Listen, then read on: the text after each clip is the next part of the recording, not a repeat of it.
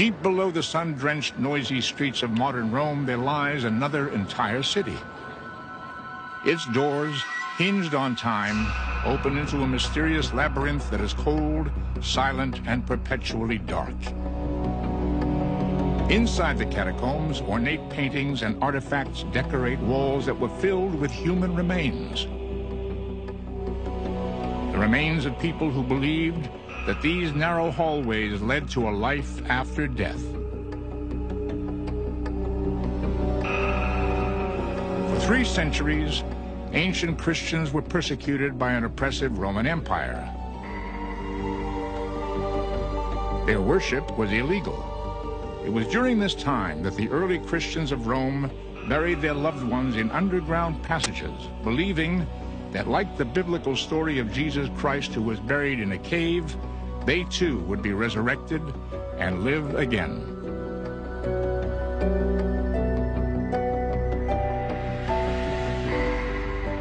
Once these ancient catacombs were finally rediscovered, it was found that there were more than 40 sites which form an elaborate maze of tunnels that crisscross under Rome and contain nearly 5 million bodies.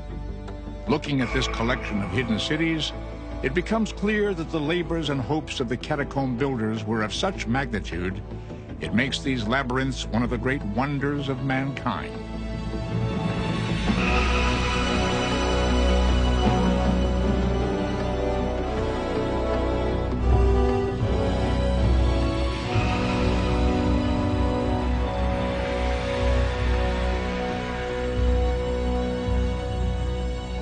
A dead man may neither be burned or buried within the walls of the city.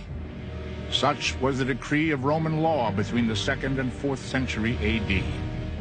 This strict rule about how corpses were to be disposed of was imposed on all residents of Rome. Most Romans were pagan and preferred to be cremated. Their ashes were stored in small urns above ground.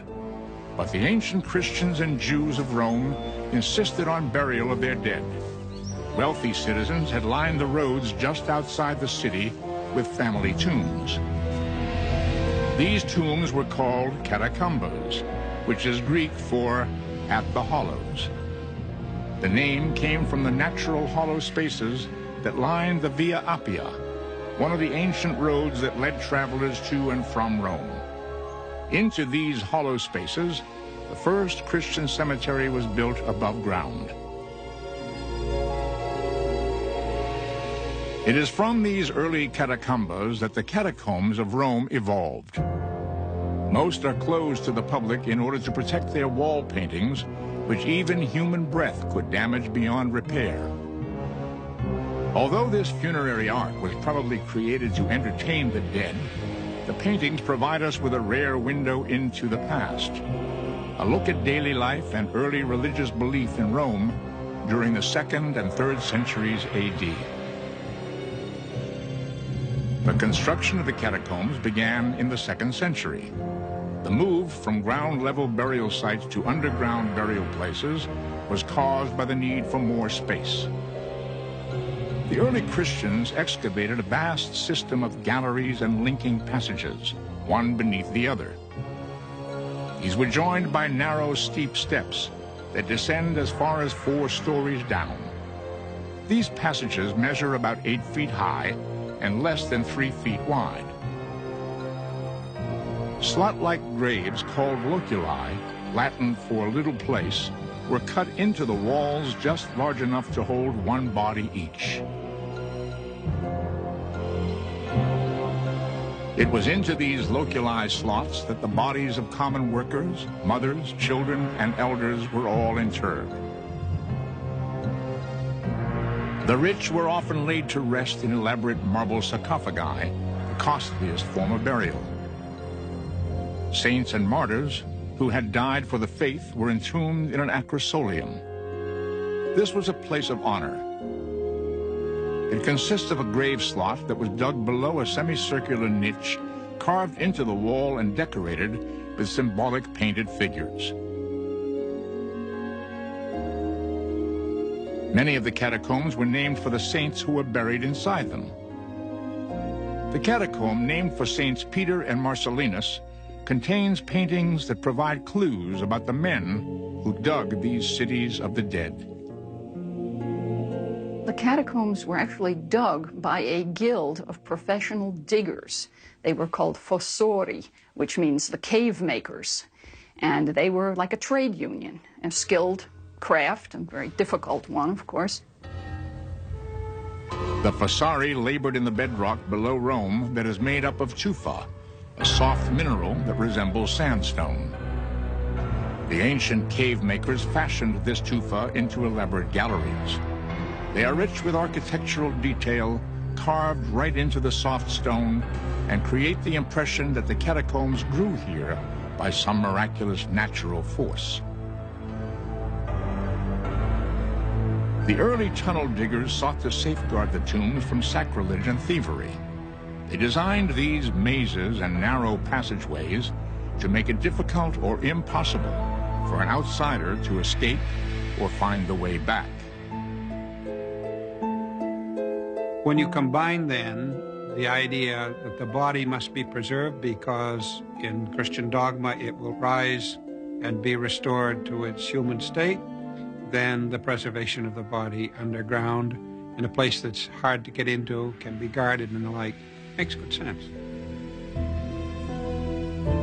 The passages were so dark and foreboding that the Latin scholar St. Jerome wrote that a Sunday visit to the crypt of a martyr more resembled a visit to hell. I was accustomed to visit, on Sundays, the sepulchres of the apostles and martyrs. And often did I enter the crypts, deep dug in the earth, with their walls on either side lined with the bodies of the dead, where everything is so dark that it almost seems as if the psalmist's words were fulfilled. Let them go down alive into hell. Modern-day visitors still report a sensation not unlike what St. Jerome felt over 1,000 years ago. The experience of entering a catacomb is really not like any other experience I can think of. They are very cold. The temperature drops 40, even 50 degrees. It's damp underground. Today there's just a faintly moldy smell to catacombs, nothing worse than that. But the most striking thing about catacombs is the absolute pitch blackness. And the archaeologist has a flashlight, a very powerful flashlight, but the minute he's out of sight, the minute he turns a corner, it's as if he's not there at all. And that is a very, very unnerving sensation. Here and there the light, not entering through windows, but filtering down from above through shafts, relieves the horror of the darkness. But again, as one cautiously moves forward, the black night closes round to bring the dreadful silence of the night. St. Jerome, Latin scholar. The only natural light and ventilation in the catacombs came from small openings in the ceiling called lucinati. It was also through these openings that water was brought down to mix with tufa dust to make the mortar needed to seal the slotted graves. The social and spiritual importance of death to the early Christians would lead to more than 2 centuries of catacomb building. Religious persecution and diseases like plague would ensure a high mortality rate in Rome. There would be no shortage of corpses whose last wish was to be entombed beneath the city in the catacombs. When Ancient Mysteries returns, uncover arcane ritual burials and the cult of the martyrs.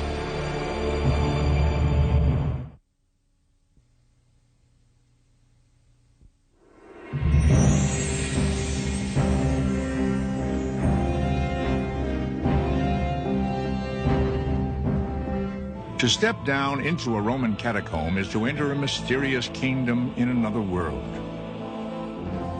The narrow tunnels lead the visitor backward in time nearly 2,000 years. The earliest catacombs built during the 1st century AD were probably elite burial grounds for noble families who had the tombs dug below their land.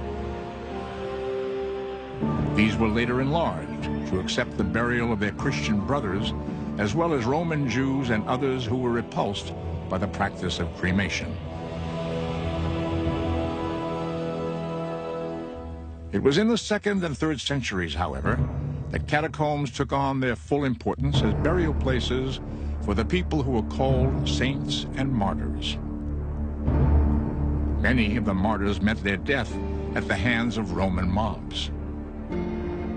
How often does a hostile mob, bypassing the regular courts, assail us? In their riotous fury, they do not even spare Christians who are dead, but plunder their corpses. Quintus Septimus Tertullian, Christian theologian, 220 AD. Many early Christians met their death not at the hands of a mob, but in arenas such as the Colosseum and the historic Circus Maximus. It was here, as part of a larger reign of persecution, that some Christians chose to suffer death in the jaws of a lion rather than renounce their religious principles. Other times, they were forced to fight with trained warriors. This spectacle was considered entertainment in Rome. The result filled the catacombs with people remembered as martyrs and saints. So much of the early Christian world really is lost in legend that we don't always know exactly what these people did to deserve being called saints. But probably something heroic. They may have been killed in one of the persecutions by the Romans, and probably these were people who died a martyr's death, who died for their faith, and that's why they were sainted. Among the saints buried in the catacombs was St. Paul. It was Paul who had popularized the belief in resurrection among the ancient Christians. If Christ had not been raised, your faith is futile. Christ is the first fruits of those who have fallen asleep. St. Paul. It was in the confidence of resurrection inspired by St. Paul that the ancient Christians buried their dead in the catacombs. St. Paul was the man who had the vision that Christianity could be something more than just a religion for Jews, that it could be an international faith. And it was Paul who made Christianity an international faith. For this reason, the catacombs became a place for ancient Christians to worship and visit the saints and martyrs. For centuries, faithful Christians, called the cult of the martyrs, knelt down in the catacombs to worship at the tombs of those who had died for their religious beliefs. This 6th century catacomb altar, now in ruins, was used by the cult of the martyrs. More insights into these early practices come from nearby paintings. The paintings in the catacombs give us some of our best clues to what early Christian practice really was.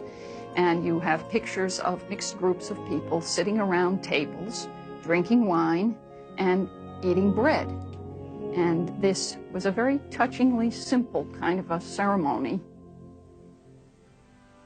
Scholars believe that this simple communal meal of bread and wine, chronicled in numerous catacomb paintings, is the origin of the ritual that eventually came to characterize the Catholic Mass.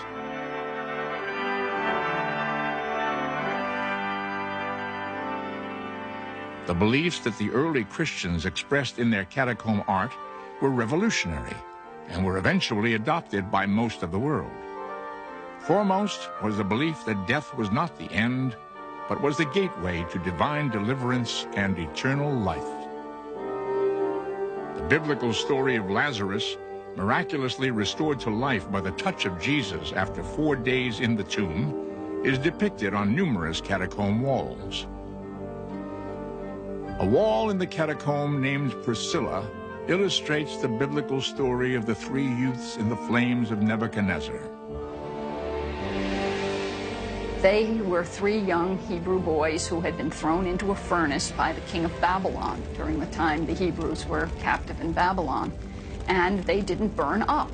thanks to the intervention of God. So this is one of these wonderful, archetypical images of salvation from the jaws of death, which the Old Testament provides in abundance, and which the Christians used as symbols of their own salvation.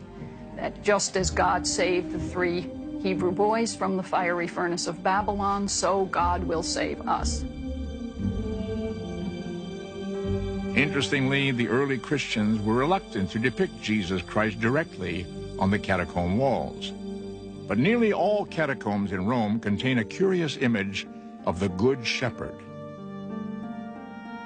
The Good Shepherd can be understood, in a sense, as an image of Christ that reflects a metaphor that Christ used of himself in the gospel narrative. He described himself as the Good Shepherd. And the use of the Good Shepherd in the Christian catacomb is a way of depicting Christ without actually portraying him. Animals of all sorts appear on these walls, as do peacocks that were thought to be symbols of rebirth and eternal life. The catacombs were also decorated with images of a garden. One of the major themes of pagan funerary art in late antiquity, which the Christians absorbed, was the theme of the garden. The afterworld was imagined as a beautiful garden where all of the pleasures of this life were possible. And the imagery in the Christian catacombs takes over many of these garden themes. We find birds and flowers, trellises, garden architecture, depictions of the seasons, of the skies. The early Christians freely adopted Greek and Roman symbols and mythology for inspiration in the catacombs.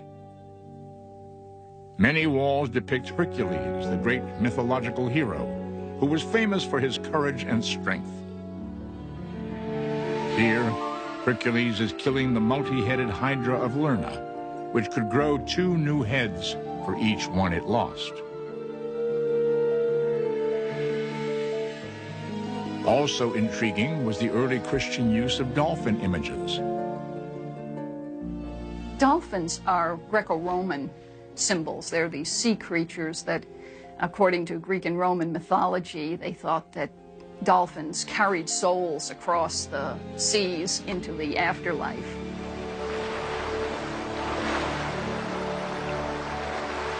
The burial ceremony was the beginning of his deliverance to the afterlife. After descending past the catacomb entrance, bodies of the departed were sometimes carried great distances through the soft earthen corridors that led to the loculi or acrosolium that had been prepared to receive the corpse.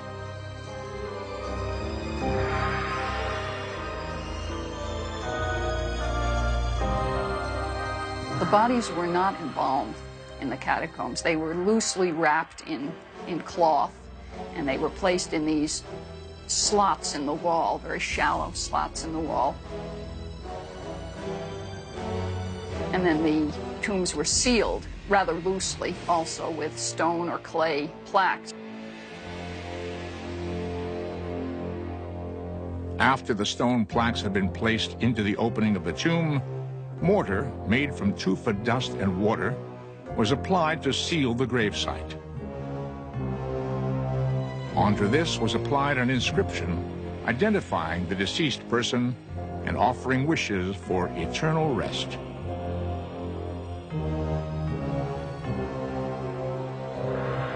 The modern phrase, rest in peace, probably goes back to catacomb inscriptions in which the bodies are said to rest there, and with the expectation that after their rest they will be resurrected. These eternal inscriptions tell us more than the name of a person who lived and died long ago.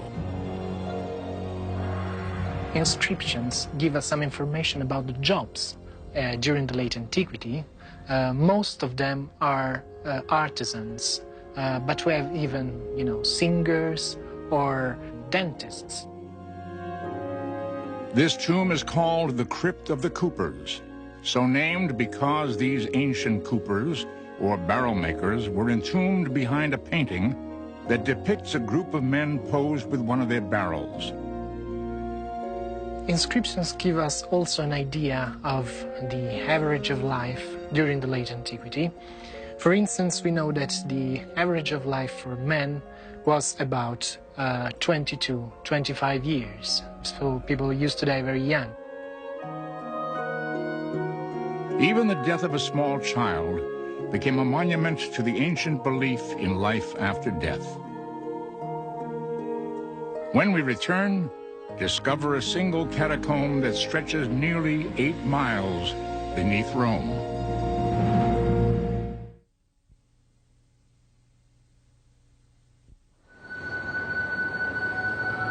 There was a time in antiquity when it was said that all roads led to Rome. In 400 AD, the most important road of ancient Rome was called the Via Appia. By this time, the largest and most elaborate catacombs had been built here. New ones were being dug, and soon there would be more than 60 miles of underground cemetery snaking and spiraling below the city. It was truly a city of the dead, a necropolis. This was the largest. The ancient Christians had named it Domitilla.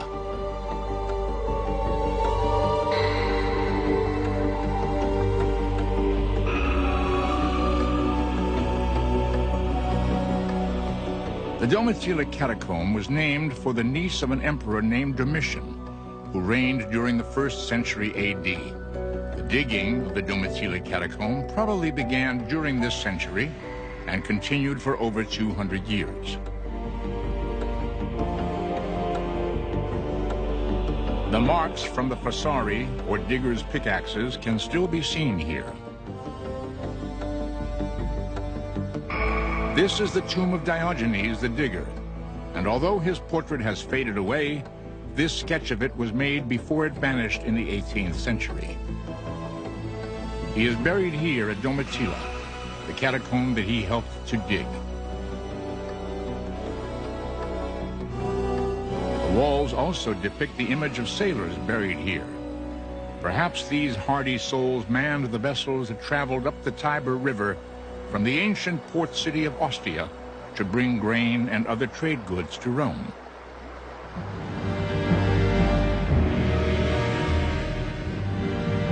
The Domitilla catacomb is a marvel of space and efficiency.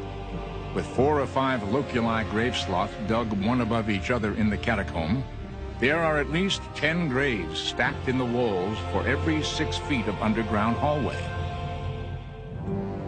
By the end of the 5th century, there were 750,000 people buried in the catacomb tunnels that surround ancient Rome.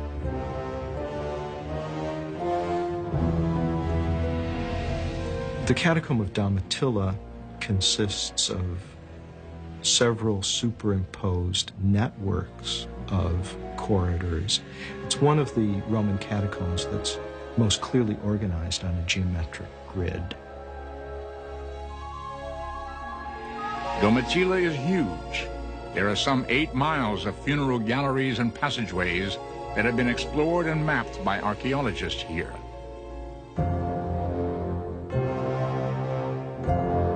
With so many miles of catacombs under Rome, there has grown a long-standing myth that the ancient Christians hid in the catacombs in times of danger or persecution. Silent movies and turn-of-the-century illustrations favored this notion, but scholars and archaeologists challenge the centuries-old belief that these tunnels were used as hiding places. The catacombs weren't built as hiding places. They were built as underground graveyards. And it doesn't take too much imagination to realize why they were very bad hiding places. History tells us that the Roman authorities knew of the existence of the catacombs and where they were under the city. If the ancient Christians needed a refuge, the catacombs could not have been considered secret. The real reason why people couldn't hide down there was the smell. That thousands of bodies decomposing down there. The stench must have been unbelievable. And the smell of putrefying human flesh is, extremely distressing and nauseating and psychologically horrifying, and it's poisonous.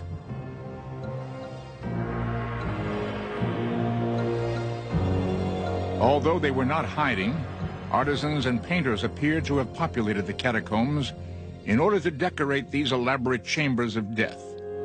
One question remains, and that is, why?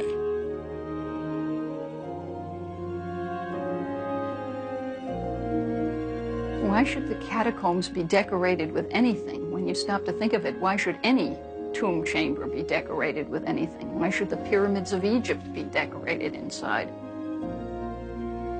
People seem to feel that the dead needed that kind of attention and that they needed a pleasant resting place. But this was more than frivolous decoration. The ancient Christians were leaving the departed something important. About 9/10 of all the paintings known in catacombs are Old Testament paintings. Clear symbols of death and resurrection. For example, Jonah, in the three basic things, he sees the whale, he gets swallowed by it, and then he's spit out into the ocean. That's a very common scene, and it is, of course, a clear reference to evil and good, to the saved person. The biblical story of Daniel in the lion's den is represented by a nude person standing between two lions. The ancient Christians believed Daniel conquered this danger with prayer. The paintings on the walls of the Roman catacombs often startle present-day observers because of their apparent lack of refinement. Anyone expecting the polish and perfection of the imperial Roman art that was created above ground would probably call these works naive or haphazard. Were the ancient Christians rebelling against the Roman standards of beauty, or was there another answer? The reason the catacomb paintings look slapdash is really very simple. It's that the conditions under which they were painted were so terrible. Pitch dark down there, lit only by flickering torches. It's cold, it's damp, and back then you had this horrendous smell of rotting bodies. No one would want to spend a lot of time down there, and as far as inspiration for great art, I don't think so.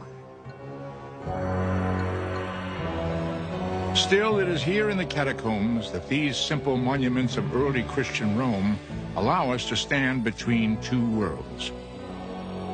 An ancient world of purity, faith, and simplicity of worship, and a modern world where the symbols of these time-worn beliefs are fading away. When Ancient Mysteries continues, discover a Jewish catacomb below the villa of Mussolini.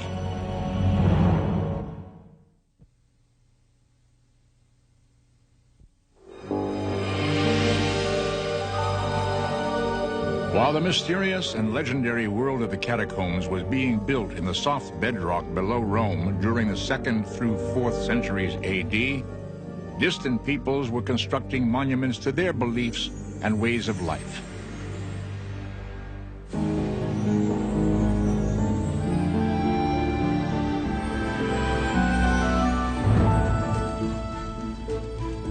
In Central America, the Mayan civilization, unknown in Europe, was erecting its first monuments to the cycles of the heavens and to the Maya rulers who reigned as divine kings.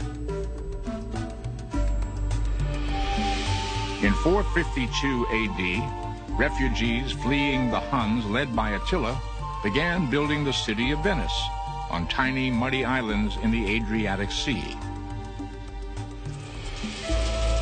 In North America, by 500 AD, the indigenous Mississippi Valley culture was established and had begun to build their mysterious mounds as burial places. These were the centers of elaborate ancient cities. In Rome, the Great Plague took thousands of lives between 164 and 180 AD. The need for more burial space stimulated further expansion in the crowded catacombs beneath the ancient city.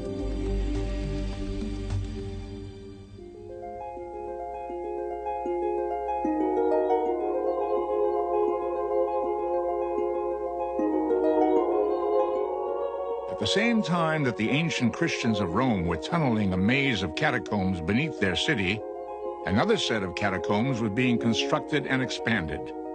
These were the catacombs of Roman Jews.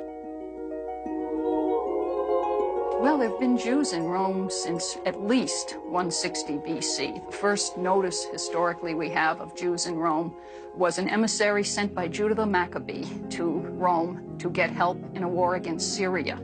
More Jews moved to Rome from Alexandria, which was a big Jewish center in Roman Egypt. And so the Jewish community in Rome is actually the oldest continuous Jewish community in the entire Western world. The principal Jewish catacombs are Villa Torlonia to the north and Via Randonini, which lies under the road called Via Appia Antica, site of the original Catacombs burial places. Although they may predate the Christian catacombs of Rome, the story the Jewish catacombs tell is timeless. The symbols which embellish the walls and ceilings of these underground burial sites show that, like their Christian counterparts, they mixed popular culture, such as figures from Greek and Roman mythology, with menorahs and other ancient emblems of Judaism.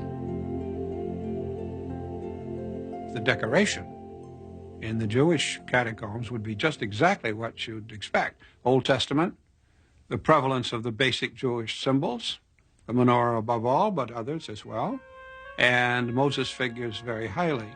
In the Jewish non-Christian catacombs, the scenes are gods and goddesses and sometimes daily life and the like. It's very important, I think, to see that the making of a catacomb is not something original on the part of the Christians.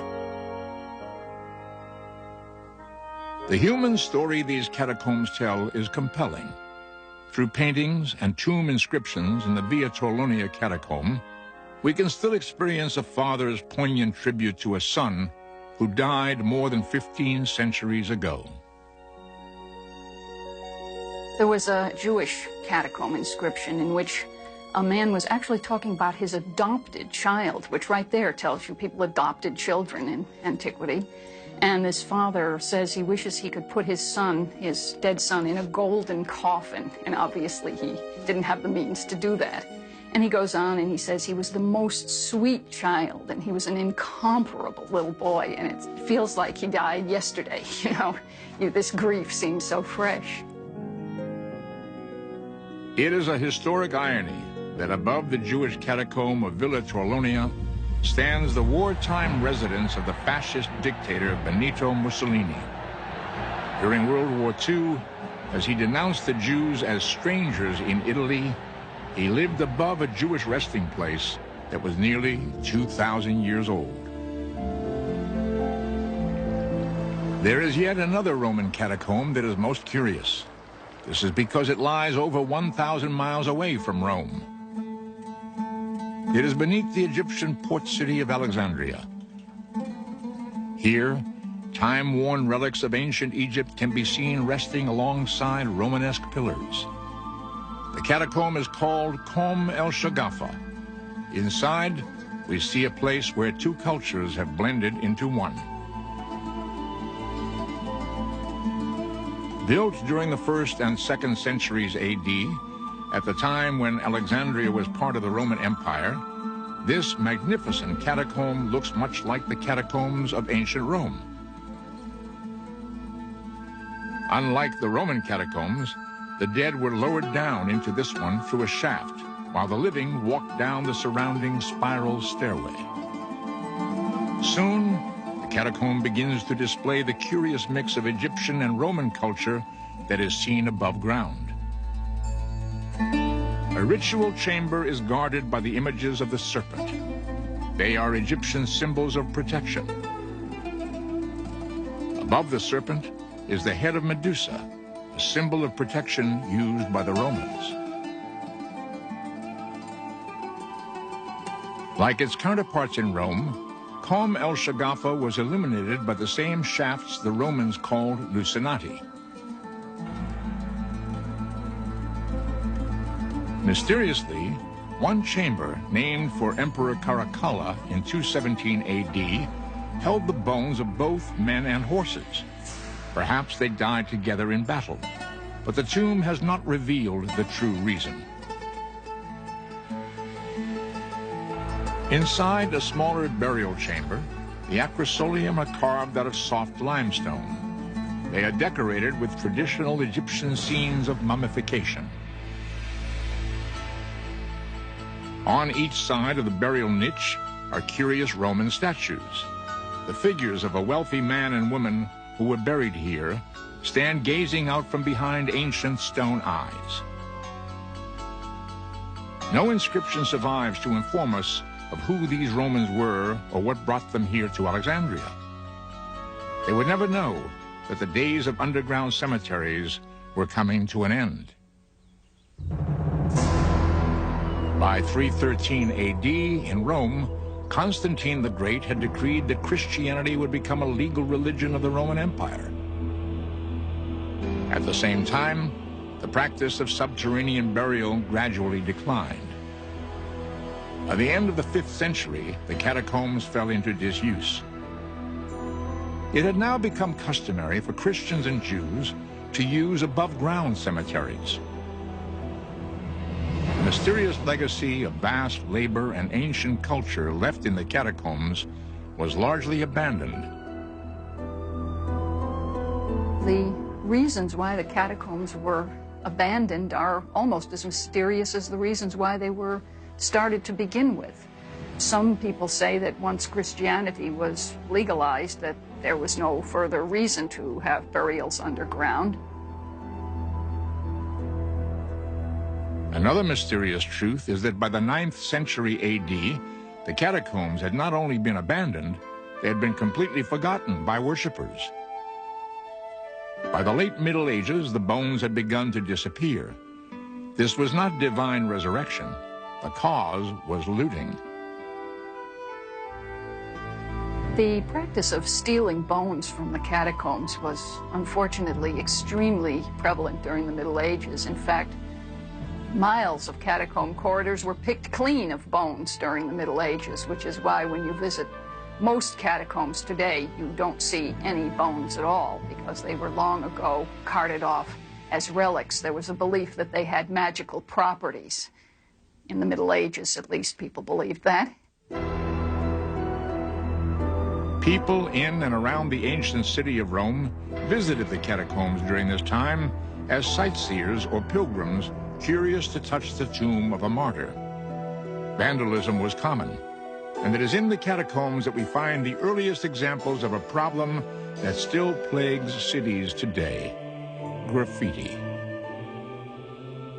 The pilgrims used to sign their names on the walls close to the martyr's tomb to say, "I've been there," and sometimes we have graffitis, inscriptions, just like, "Please pray for me." The Middle Ages saw the catacombs visited by the thoughtful and the destructive. But their true meaning as a time capsule and a window into the past would not be appreciated until their rediscovery.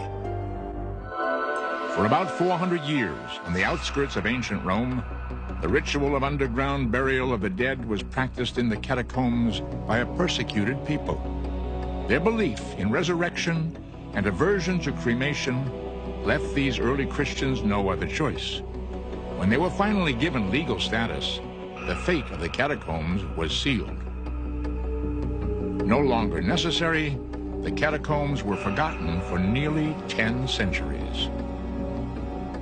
One of the reasons catacombs were forgotten about is the very fact that they are underground. There's nothing obvious to tell you where a catacomb is. In fact, the discovery of some catacombs has been purely accidental. The first discovery took place in June of 1578, when by chance some workmen digging a cement mine near Rome came upon an underground cemetery, a catacomb. This stimulated one of the most industrious investigators of this period. He was Antonio Bosio, whose published work, Roma Sotterranea, or Underground Rome, contained notes and descriptions of his explorations of miles of tunnels and burial galleries. This earned him the reputation as the Columbus of the Catacombs. Modern archaeologists owe much of their understanding of these ancient tunnels to another man. His name was de Rossi. The study of the Roman catacombs takes another great leap forward with the appearance of Giovanni Battista de Rossi in the 19th century, who continues to a large extent the work of Bosio in documenting the Roman catacombs, but also attempts to place it on a new scientific basis. A lawyer by training, Giovanni Battista de Rossi would be the first to provide modern archaeologists with detailed maps of the catacombs. He would also provide historians with catalogs of the artifacts that he uncovered during his years of exploration. The work of de Rossi helped to confirm the modern understanding of the use of ceremonial objects in the catacombs. His illustrations suggest that, like the wall paintings that have been studied, ritual artifacts such as oil lamps were also decorated with Christian symbols such as the familiar image of the Good Shepherd. De Rossi also chronicled the practice of sealing decorated pottery or vessels containing fragrant oils into the loculi tombs with the dead. Other research revealed that into the mortar of the tombs were often placed mementos of the deceased's life and work. Of the 60 miles of catacombs believed to exist beneath modern Rome, only about 40 miles have actually been explored. The most recent discovery took place in 1955 during the construction of an apartment building. Named Via Latina for the ancient road which lies above it, this catacomb is small by Roman standards, but it is so well preserved and richly decorated, it has come to be known as a museum of 4th century culture. Its size and architecture have led scholars to theorize about the people who built it. The catacomb consists of two main corridors which link together a series of rooms that are very varied in architectural form: hexagonal, square, rectagonal, round, elliptical, and painted with a series of subjects, both Christian and non-Christian. This was probably a private endeavor that was organized by a family or a group of families for their own use, and it represented their own private concerns. But who were these people? The images on the walls of Via Latina tell their story. These fragments from an ancient culture preserve for us the beliefs of a simpler time long ago.